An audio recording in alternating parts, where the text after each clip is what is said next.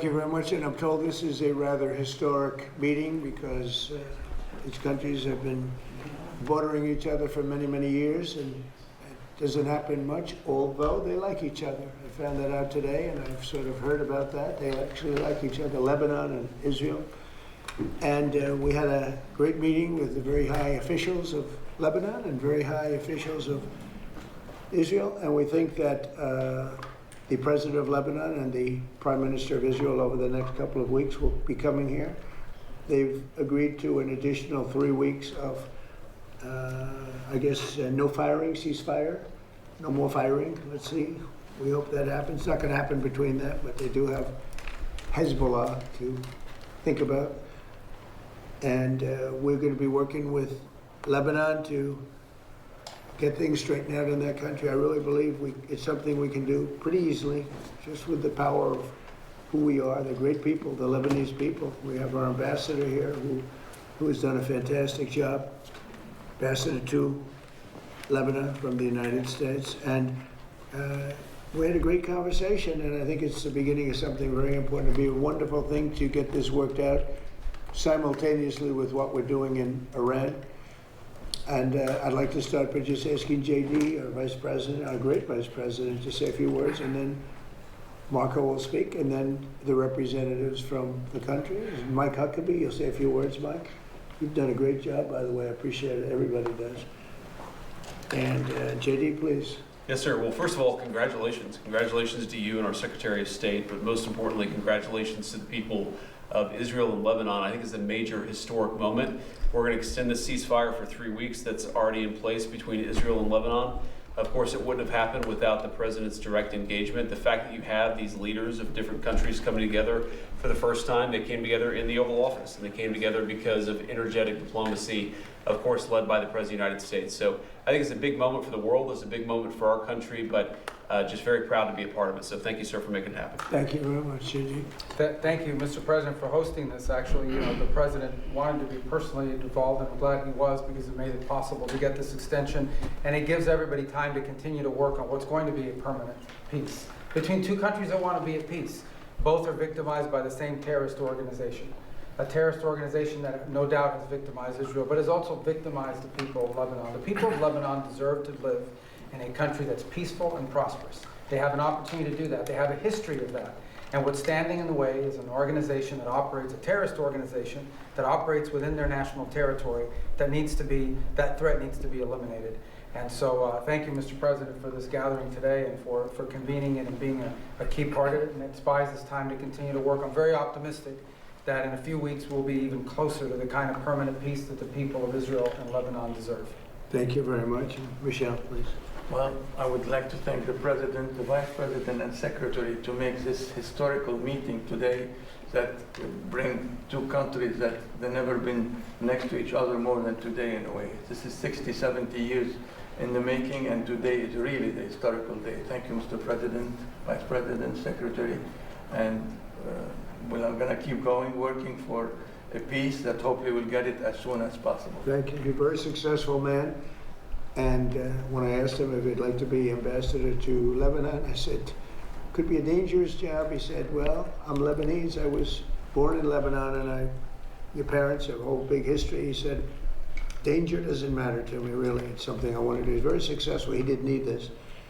And I think it's probably more dangerous than you even thought, but you've done a fantastic job. So. It is an honor for me to serve you, Mr. President, and then I'm going to go till the end. Thank you. Thank you very much. And likewise, Mike Huckabee. We all know Mike, and he didn't need it either, did he? But he's doing a fantastic job. Mike, go ahead, please. I just want to say, Mr. President, what an amazing opportunity to be here at a moment of history. The people of Lebanon, the people of Israel are neighbors, and they want to get along. They can get along. But it's like neighbors who have a rough little kid living in the neighborhood who keeps throwing rocks at everybody's window. And if the kid will quit throwing rocks, the neighbors can get along and start actually working together. The President has initiated something that is truly bringing the neighborhood back to a neighborhood, and recognizing that the problem is not Lebanon, and the problem is not Israel. The problem is Hezbollah, the bad little kid throwing rocks. That's what the President is getting launched today, to get that little kid out of the neighborhood. Thank you. Mr. Ambassador, please. Well, thank you, Mr. President, for your hospitality, for bringing Israel and Lebanon together here in the Oval Office. Israel wants peace with Lebanon, and Israel wants security for its citizens. We're united with the Lebanese government in wanting to rid the country of this malign influence called Hezbollah. And now that, Mr. President, under your leadership, Iran has been so degraded, the possibility of degrading Hezbollah and liberating Lebanon from their occupation is real. So we hope that together under your leadership, we can formalize peace between Israel and Lebanon in the very near future. And we are just very thankful for the opportunity. Well, thank you, and I look forward to having the next meeting with your great Prime Minister. He is. He's a wartime Prime Minister with Bibi and with the President of Lebanon. It would be fantastic. I think lots going to happen. Madam Ambassador. Of course. Thank you so much. Thank you so much, President Trump. Thank you for your leadership, for making sure to be presiding over this historic moment. I want to really say thank you to the United States under your leadership for all your effort to help and to support Lebanon. And I think with your help, with your support, we can make Lebanon great again. Thank you so much. Sure, thank you. I like that phrase. Sounds nice. It's a good phrase. MNGA. Thank you very much. I think we will. Any questions? Yeah, please. President Trump, Anthony Mershad from MTV Lebanon. Yes. First, thank you for having us in the White House Thank for you the very year much. and a half. Appreciate it. This is historical for our audience as It well. is. We would like to ask you three questions. First question, the peace between Lebanon and Israel. Do you think it will happen this year? I think it has a great chance. I mean, you know, they're friends about the same things and they're enemies on the same things, and it has to do with, I guess you could say, a couple of countries, but certainly it's, if you look at Hezbollah, that's where everybody seems to be united against them. So they are both very united in that way. Yeah, I think there's a very good chance of having peace. I think it should be an easy one. Relative to some of the things we're working on, it should be an easy one. But it's been so many years because nobody focused on it. But Lebanon was a great country. It was a beautiful country, smart people, very brilliant people, doctors, professors, economists, some of the smartest people on the planet. But it got torn apart by different factions and nothing having to do with them, outside factors. So I think it can be brought back pretty quickly. And when do you think our president will meet Netanyahu here at the White House? I think we'll do it during this period of time, during the 3-week period, ideally. I'd like to suggest over the 3-week ceasefire. Right? If you can do that, we're here. We'll do it in the Oval Office. And regarding Hezbollah, he's not responding to our government. He's doing whatever he wants. What do you say for Hezbollah? And do you Israel has think to, he will retaliate? we're just talking about it. Israel is going to have to defend itself if they're shot at, and they will. I would never say that they can't. It would be nice if they wouldn't have to bother with that, but if something happens, they're going to have to defend themselves, as you know.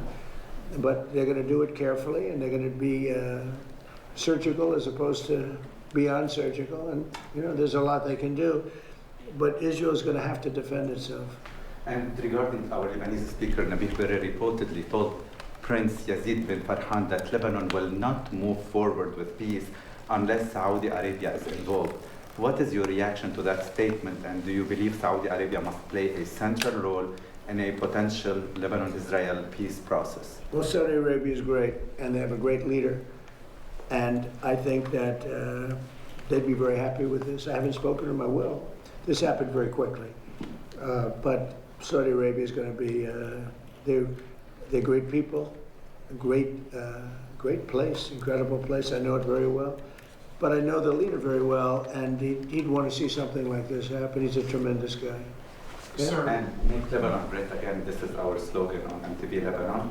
Make America great again. And make About Lebanon what? great again is our slogan on MTV Lebanon that all the Lebanese and our audience are putting hope on you, Mr. President. Make Lebanon great. Make Lebanon great again. It's a good slogan. It worked for here. I think it's maybe the greatest political slogan in the history of the world, make America great again. But, you know, we're great now, so I will never say that we won't use that slogan, MAGA. But we have another one, America is back. Where's that at? Does anybody have it? No, yeah, that's the old one, and then show them the new one. And we're never changing MAGA. I don't have the courage to change back. Make America great again. But, you know, we're great now. We're the hottest country anywhere in the world. We're the most powerful country in the world by far. And we suffered years of abuse by people that were grossly incompetent, like Biden, like Obama. Obama was incompetent. He was a great divider. And we're a great country again. We're respected all over the world. That's why this happened so fast. I mean, it can happen fast. Thank you.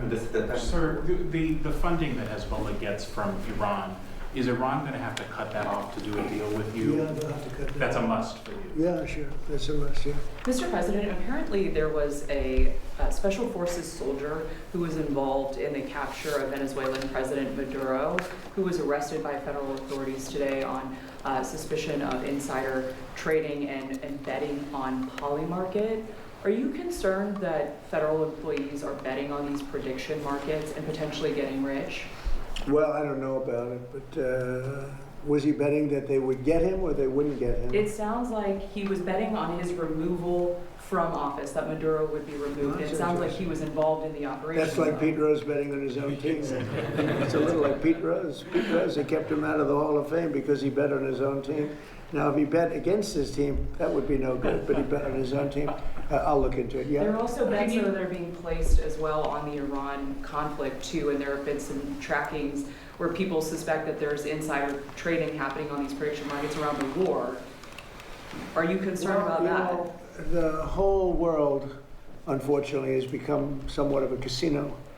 And you look at what's going on all over the world, in Europe and every place they're doing these betting things. I was never much in favor of it. I don't like it conceptually, but it is what it is. No, I think that I'm not happy with any of that stuff, but they have all these different sites. They have predictive markets.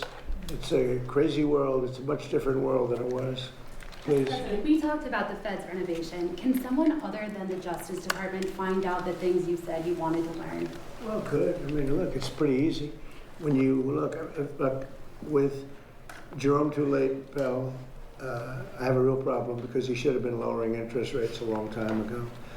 And despite that, we fought through it, and we have the greatest economy we've ever had. You take a look. I mean, I don't know what the market is today, but we've broken every record over the last few days. And this is during a military operation or war, whatever you want to call it. It makes no difference as far as I'm concerned. But we have this unbelievable economy. The S&P has a new record. The Dow is right at a new record. We already broke the record with the Dow. People said it wouldn't happen in 4 years. They said in 4 years it won't be able to be possible to break 50,000. And we broke it with the Dow. And I'm actually a little bit surprised that we're breaking it constantly, even now, during this conflict. Because when we broke it, I called a lot of the people here. I called JD, I called Marco, I called Howard, I called Scott. I said, I hate to tell you fellas, but we have to do a little bit of a detour. We have to go to Iran and make sure they don't have a nuclear weapon. We had just broken every financial record.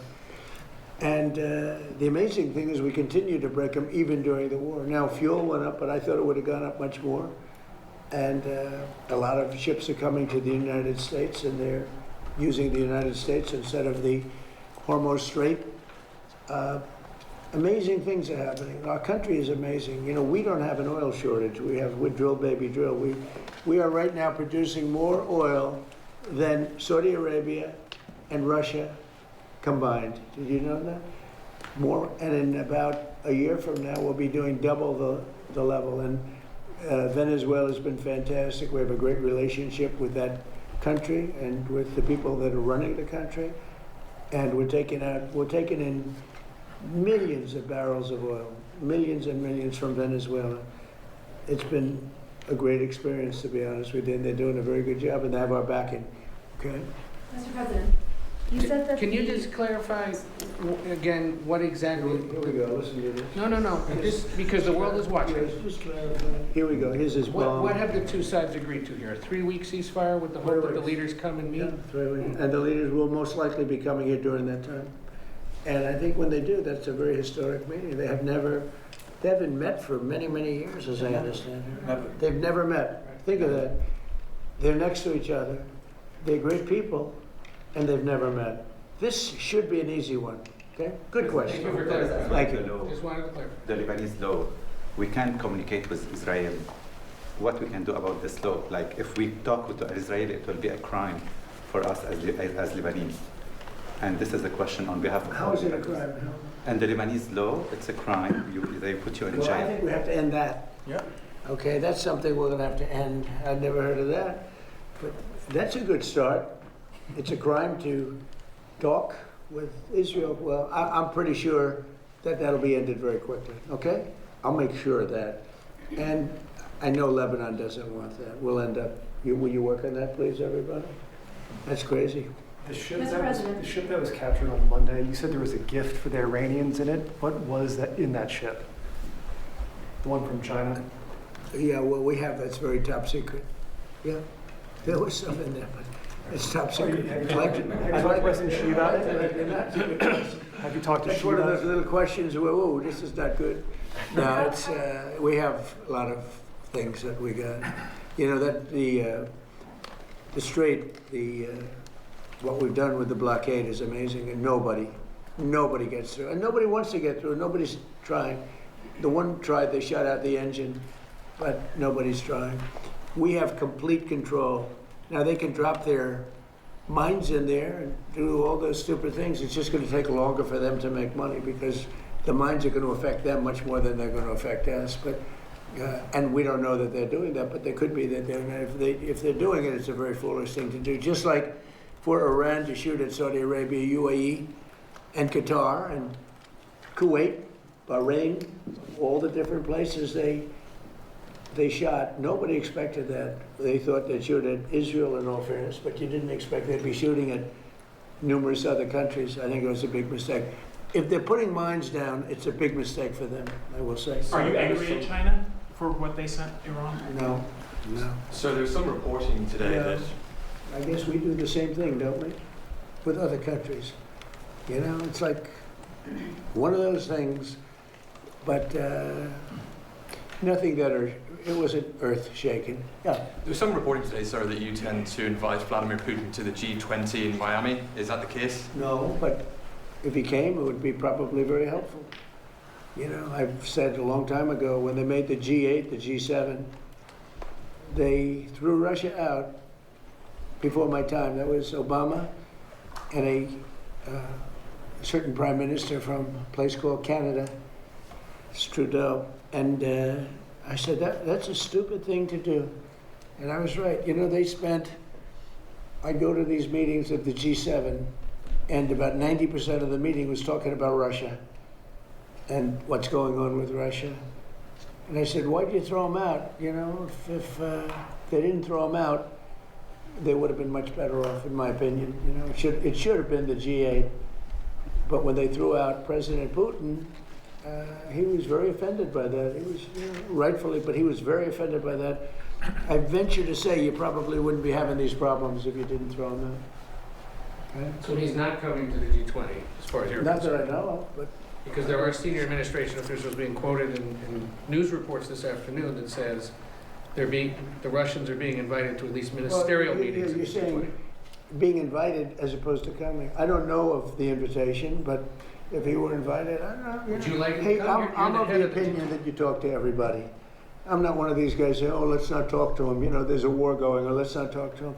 I like talking to everybody. If you're a smart person, if you have control over your emotions and all the other things you need control of, I'm somebody that believes in talking. I don't know of that. I don't know that he's coming. I doubt he'd come, to be honest with you. I sort of doubt he'd come. But we're working on trying to get that one solved. That would be number 9.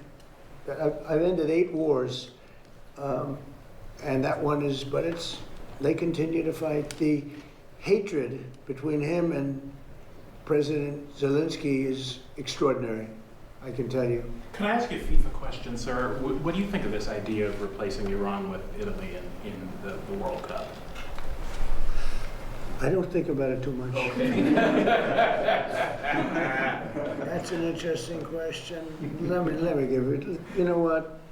Let me give that a little thought. That's a very, is that what they're doing? They're thinking about replacing him? Apparently it's a proposal. Let Marco make his poly. Marco, could you make a statement on that, please? What do you think of? Yeah, there's nothing from the U.S. has told them they can't come. I mean, the problem with Iran, it would be not their athletes.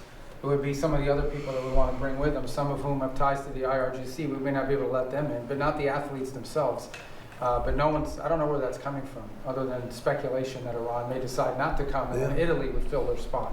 But that's, if they decide not to come on their own, it's because they decided not to come. What they can't bring is a bunch of IRGC terrorists into our country and pretend that they're, journalists and athletic trainers. Sir, is the government going to We would buy, not want to affect the athletes. is the government going to buy a stake in Spirit Airlines?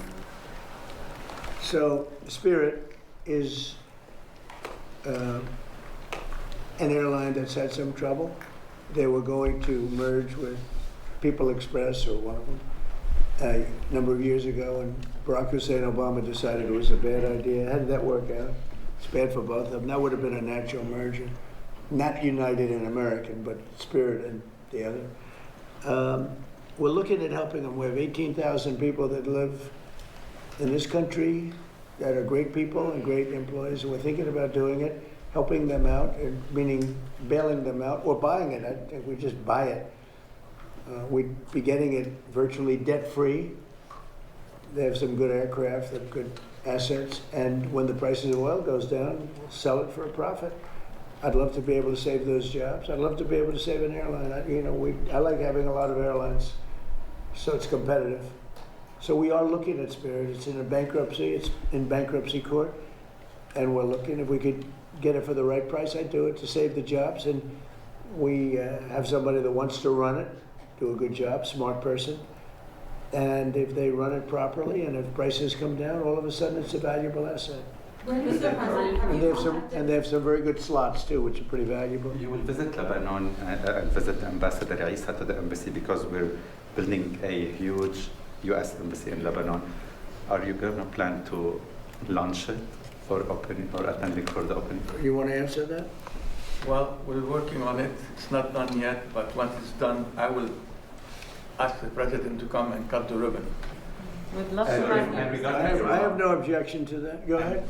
In the UK today, they've just announced a total of $1.3 billion in returns from digital service tax, which you in the past have called an unfair tax on American companies. You know it very well. You previously called for investigations, but so far as we can tell, there has been none. Would you call for that? So what tax is this? A digital service tax is the kind of nicknamed the tech tax or big tech tax that kind of. They're going to put a tax on basically American companies? It's already there, sir. Did you say the UK? Yes, sir. They made $1.3 billion last year.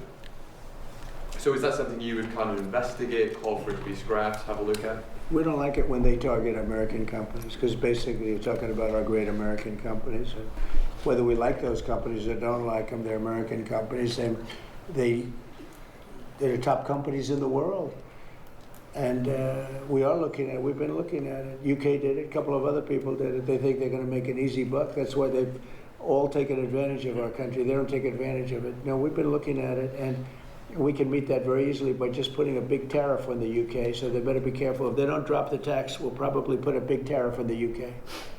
What can they expect, 5%, 10%, something similar to what you've done before? More than what they're getting. They shouldn't be doing that. All that's doing is really targeting great companies, but they're our companies. It's like us targeting their companies, which we could do very easily. But you don't have big companies like that. You don't have those great companies. Not fair. I have an obligation to protect our companies. That's how they became great. And they become great during my administration. My first 4 years, we had the best economy in history in my first 4 years. And this will blow it away. Look at it. During a war, we have the highest stock market. During a war, it's not a big war for us, but it's a war. And during a war, we have the highest stock market. I have to protect this country, so if they want to do the service tax, France did it also, and some others. And literally I have a meeting after this having to do with that exact question. And what we'll do is we'll reciprocate by putting something on that's equal or greater than what they're doing. And they won't be happy about that. No, that's enough. You've asked so many. Mr. President, I emailed the Virginia Department of Elections earlier today and asked them if they had seen any evidence of election tampering or fraudulent mail ballots being cast in the Tuesday election, or if there was any evidence of non-citizens voting in that election. Why did you say that that election was rigged? Well, you have mail-in ballots, and they found a lot of them at the end of the day. All of They a said sudden. that they have received no credible information related to those Well, I questions. know you'd say that no matter what. You know, you've been saying that for years, and now they're finding out that the 2020 election was totally rigged. And when Where's you look the at what evidence just, of that? excuse me, how do you defend what just happened where your Southern law, whatever it is, has given money to KKK? They're supposed to protect people, and they're paying all these people, crooked as can be, millions of dollars going all to all these people that they're supposed to be protecting from, but they're actually supporting them because they want to have companies that they can protect and because they want to rig elections. That was all a rigged election. But All what's of the that to do things with with rigging? Charlottesville, all of the stuff that they did, and you won't bring that up, but you'll bring up some nonsense. Let me tell you, the election, we were winning all day long. It's a totally horrible situation. Hopefully the courts will overturn it, what they did in Virginia. You have a grossly incompetent governor. You had a very good governor, he did a good job. You know, all those companies that want to move into Virginia now, they want to move out and go to a different location. So that's my opinion. I believe it was a rigged election. Virginia's known for it. It was a rigged election. They had a lot of ballots, mail-in ballots. Anytime you have mail-in The Department ballots, of State says anytime you have mail-in ballots, didn't you have happen, cheating. no. Did you have something? Yes, you said that the U.S. will work with Lebanon to protect itself from Hezbollah. What does that look like exactly? What is that? You said that the U.S. will work with Lebanon to protect itself from... Oh, we're just going to work with them. I mean, we have a good relationship with Lebanon. It's amazing that, But is it you know, it's military? the amazing thing is they actually have sort of a good relationship with Israel, and they don't deal with each other, but now they're going to deal with each other. We're putting them together. What's the material support that you intend to We're going to provide? help. We're just going to help them. We're going to help them. They're great people. It can be a really good country again, maybe a great country again. And I think you have all the ingredients, so we're going to work together. And I think Israel's going to be terrific. But they do have a common problem. It's Hezbollah. Okay, a couple of more. Some House Republicans are saying that they don't want to vote for a bill that just has the Homeland Security funding. Would you support them expanding that to include other tax and defense measures? Well, I'd love to see one thing. You know what that is? Save America. I'd love to say the Save America Act, which is voter ID, which is proof of citizenship, which is, by the way, no mail-in voting, which is a fraud. Anytime you have mail-in voting, you're going to have a fraudulent election. But I'd leave it for military, you know, mail-in voting for military, for people that are sick, for people that are traveling, like business or whatever, different things. But disability, where they have a problem. But no mail-in ballots. We added a couple of things. No men playing in women's sports. It's unrelated, but it's a popular thing. And no transgender mutilization of our children. So that's it. Thank you very much, everybody.